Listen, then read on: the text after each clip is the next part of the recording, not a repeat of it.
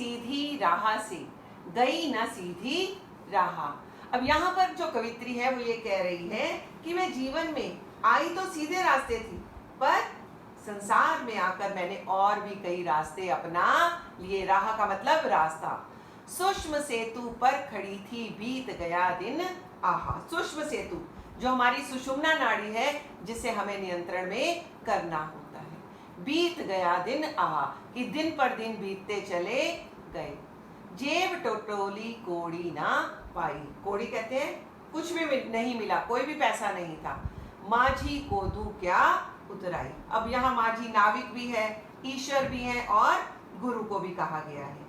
उतराई, उतराई जैसे कहीं हम जाते हैं तो उसकी टिकट लगती है, पैसे दिए जाते हैं। मेहनताना, यहाँ पर मेहनताना का अर्थ है हमारे अच्छे कर्म। अब यहाँ कवित्री ने कहा कि मैं जीवन में आई तो सीधे रास्ते थी, पर संसार में आकर मैंने कोई और ही रास्ता अपना लिया। और क्या हुआ कि मैं अपनी सुषुम्ना नाड़ी को अपने नियंत्रण में करने तो लगी रही, पर मुझे कुछ भी प्राप्त नहीं हुआ और समय बीतता चला गया। और जब अंत हुआ, अब क्या हो गया अंत में कि सत्कर्मों को मैंने टटोला, अपनी जेब में देखा कि मैंने कितने अच्छे कर्म किए हैं जो मैं ईश्वर को अर्पण कर दूं। लेकिन उस समय सत्कर्मों के नाम पर मेरे पास ईश्वर को देने के लिए कोई भी चीज नहीं थी। मैंने उस भवसागर को पार करने के बाद जब ईश्वर को कुछ अर्पण करना चाहा, तो मुझे अपनी जेब में कुछ भी प्राप्त नहीं हुआ, कि मैंने अपने जीवन में कोई भी अच्छा कर्म नहीं किया। और यही सब करते करते मेरा जीवन बीत गया, क्योंकि सीधे रास्ते से आने पर भी मैंने इस जीवन में सीधे रास्ते को नहीं अपनाया और दूसरे ही रास्तों पर चल गई। कैसे चली कि मैंने आकर संसार के रास्तों को अपना लिया। अब यहाँ पर कवित्री को पश्चाताप है कि उन्होंने अपनी आत्मा को परमात्मा से मिलाने के लिए सामान्य भक्ति के मार्ग को ना अपनाकर हठ योग का सहारा लिया। और धीरे धीरे ये सब करते करते उनकी उम्र ही बीत गई। और अंत में जब उन्हें गलती का एहसास हुआ, तब तक तो बहुत ही ज्यादा देर हो चुकी थी। क्यों? क्योंकि उन्होंने जो भी कोशिशें की, उन कोशिशों में उनकी जो उम्र थी वो बीतती चली गई। और जब अंत में अंतिम समय आया और अपने जीवन का लेखा जोखा किया, तो उन्होंने पाया कि उनकी हालत तो कंगाल है, वो गरीब हैं।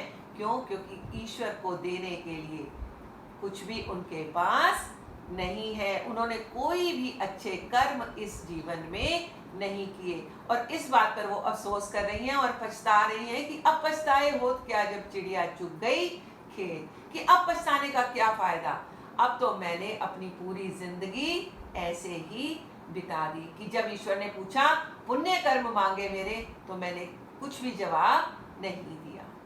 थल थल में बसता है शिव ही। थल थल मतलब हर कोने में, हर जगह, सर्वत्र शिव ईश्वर।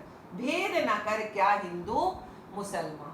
ज्ञानी है तो स्वयं को जान। ज्ञानी, महान, महात्मा, यही है साहिब से पहचान। साहिब कहते हैं ईश्वर को और स्वयं कहते हैं अपने आप को। यहाँ कवित्री ने कहा कि ईश्वर तो हर जगह बसता है, हर जगह उसका बसेरा है, सिर्फ देखने वाली नजर चाहिए। और इसीलिए हमें कभी भी किसी धार्मिक झगड़े में नहीं पड़ना चाहिए। हिंदू मुसलमान के अंदर भेद नहीं करना चाहिए। और यदि हम सच में ही ज्ञानवान हैं और बहुत ज्ञानी बन रहे हैं, तो हमें सबसे पहले तो अपने आप को ही जान लेना चाहिए। और जिस दिन हमने अपने आप को जान लिया, अपने आप को जाना मतलब अपनी आत्मा को जान लिया, उस दिन क्या होगा? उस दिन हमें उस ईश्वर के दर्शन अपने आप हो जाएंगे, क्योंकि हर जगह ईश्वर का निवास है।